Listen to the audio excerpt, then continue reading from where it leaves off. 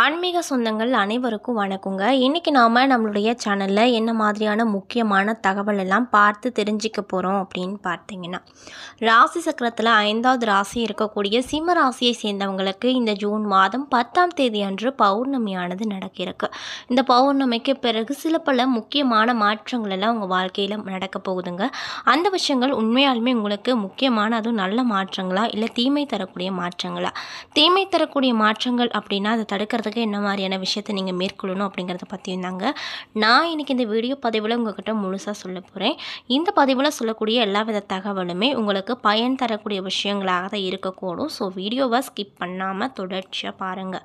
அது மட்டும் இல்லாமல் உங்களுடைய ராசி அதிபதியாக இருக்கக்கூடிய அந்த சூரிய பகவானை ரொம்ப ரொம்ப பிடிக்கும் அப்படின்னா இந்த வீடியோக்கு ஒரு லைக் பண்ணிவிட்டு நம்மளுடைய கமெண்ட் பாக்ஸில் சூரிய பகவானுக்கு போற்றி அப்படின்னு சொல்லி மறக்காமல் பதிவிடுங்க. இந்த சமயத்தில் நீங்கள் உங்களுடைய ராசி அதிபதியை நினைத்து இப்படி ஒரு விஷயம் பண்ணும்போது கண்டிப்பாக நீங்கள் என்ன விஷயம்லாம் நடக்கணும் அப்படின்னு சொல்லி மனதார நினைக்கிறீங்களோ அந்த விஷயங்கள் அனைத்தையுமே அவர் நிச்சயமாக நடத்தி காட்டுவார்.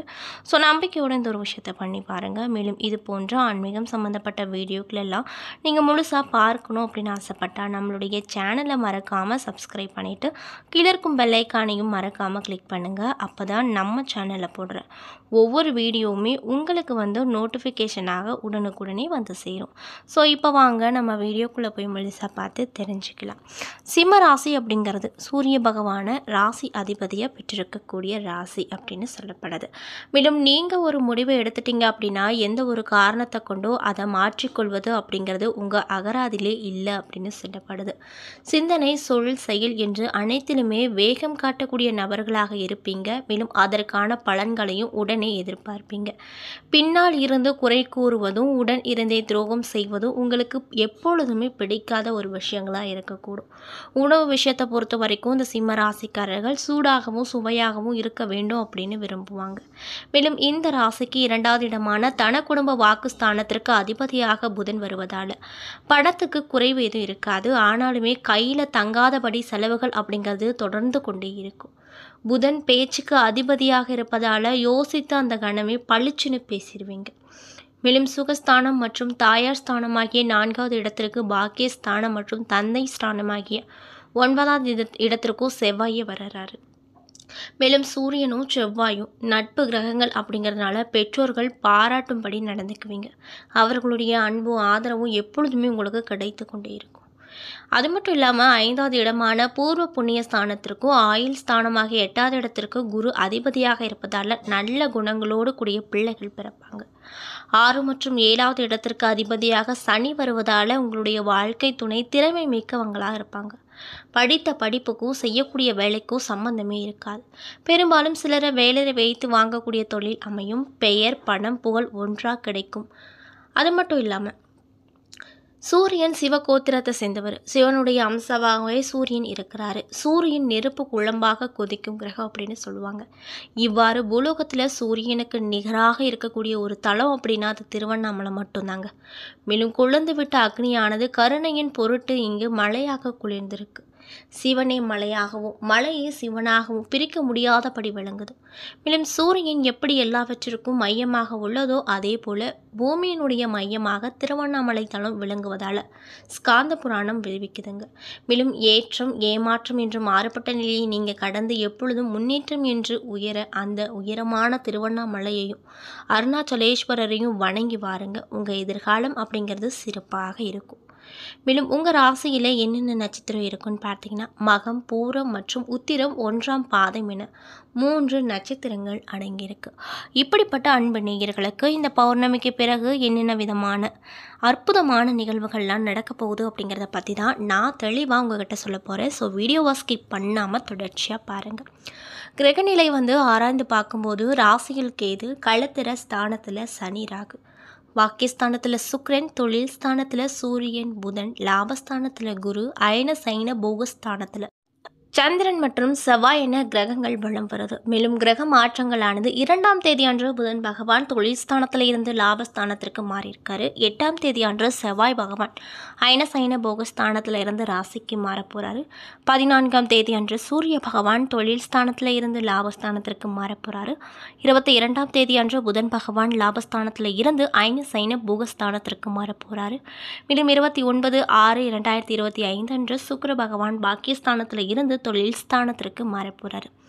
இதனால் உங்களுக்கு இந்த காலகட்டம் எப்படி இருக்குன்னு பார்த்தீங்கன்னா, வாழ்க்கையில் உயர்ந்த இடத்தை அடையணும் அப்படின்னு லட்சியத்தோடு இருக்கக்கூடிய சிம்ம ராசிக்காரங்களுக்கு இந்த காலகட்டம் அப்படிங்கிறது நீங்கள் எதிலும் முதலாவதாக இருப்பீங்க. இந்த காலகட்டத்தில் வேகத்தை விட்டு விவேகமாக செயல்படுவது வெற்றியை கொடுக்கும். பணவரத்து அப்படிங்கிறது கண்டிப்பாக எதிர்பார்த்தபடி இருக்கக்கூடுங்க. அது மட்டும் இல்லாமல் நீங்கள் எடுத்து வைக்கக்கூடிய முயற்சி அனைத்துமே வெற்றி கிடைக்கும். மற்றவர்களிடம் உங்கள் கருத்துக்களை கூறும்போது அவர்கள் தவறாக புரிந்து கொள்ளலாம். தொழில் மற்றும் வியாபாரத்தில் இருந்து வந்த போட்டிகள் அகலும். எதிர்பார்த்த அளவில் வியாபாரத்தில் லாபம் கிடைக்கும். கூட்டு தொழில் மற்றும் வியாபாரம் செய்பவர்கள் கவனமாக இருப்பது நல்லதுங்க. உத்தியோகத்தில் இருக்கக்கூடியவங்களுக்கு வீண் அலைச்சல் சந்திக்க நேரிடும். மேலதிகாரிகள் கூறுவதை கேட்டு அதன்படி நடப்பது நல்லது. சக ஊழியர்கள் உங்களுக்கு இந்த காலகட்டத்தில் அதிகப்படியான ஆதரவு கொடுப்பாங்க. இதனால் நீங்கள் கொஞ்சம் சந்தோஷமாக இருப்பீங்க. மேலும் குடும்பத்தில் இருந்து வந்த கருத்து வேறுபாடுகள் அனைத்தும் நீங்க போகுது. கணவன் மனைவிக்கிடையே மனசு தாபங்கள் நீங்கும்.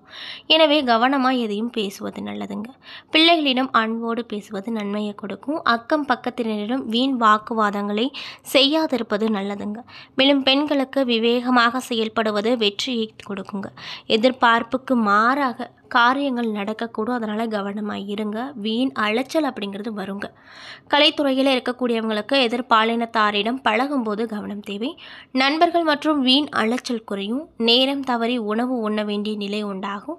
அரசியல் துறையில் இருக்கக்கூடியவங்களுக்கு நினைக்கும் காரியங்கள் தள்ளி போகலாம். வீண் அலைச்சல் வேலை பளு இருக்கக்கூடும். மேலிடம் நெருக்கம் அதிகரிக்கும். மனம் மகிழும் காரியங்கள் நிறைய நடக்கும். மாணவர்களுக்கு ஆசிரியர்கள் கூறுவதை கவனமாக கேட்டு அதன்படி நடப்பது வெற்றிக்கு உதவிகரமாக இருக்கும். வீண் அலைச்சலை தவிர்ப்பது நல்லது. மேலும் மகன் நட்சத்திர அன்பர்களுக்கு இந்த காலகட்டம் எப்படி இருக்க போகுது அப்படின்னு பார்த்தீங்கன்னா, வீண் மனக்கவலை உண்டாகும். எதிர்பாராத செலவுகள் அப்படிங்கிறது வரப்போகுது. அலைச்சலால் சரியான நேரத்திற்கு உணவு உண்ண முடியாத நிலை அப்படிங்கிறது உருவாக போகுது. மேலும் உங்களுக்கு பண வரவு தாராளமாக இருக்கும். வாக்குவன்மையால் காரியங்கள் அனைத்துமே அனுகூலம் பிறக்கும். பூரம் நட்சத்திர அன்பர்களுக்கு இந்த காலகட்டம் அப்படிங்கிறது எப்படி இருக்க போகுது அப்படின்னு பார்த்தீங்கன்னா, தொழில் மற்றும் வியாபாரத்தில் எதிர்பாராத போட்டிகள் வரப்போகுது. தொழில் மற்றும் வியாபாரத்தில் அதிக முதலீடு செய்யும் முன்னாடி யோசித்து பண்ணுவது நல்லது. கடன் விஷயங்களில் கவனமாக இருங்க.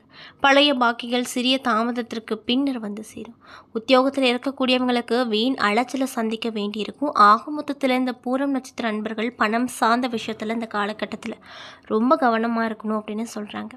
மேலும் உத்திரம் 1ஆம் பாத நட்சத்திர அன்பர்களுக்கு இந்த காலகட்டம் எப்படி இருக்க போகுதுன்னு பார்த்தீங்கன்னா, குடும்பத்தில் திடீர் கருத்து வேற்றுமைகள் ஏற்பட்டு நீங்கும்.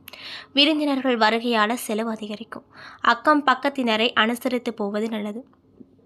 அது மட்டும் இல்லாமல் வாகனங்களில் செல்லும் போதும் நெடுந்தூர பயணங்களின் போதும் கவனமாயிருங்க.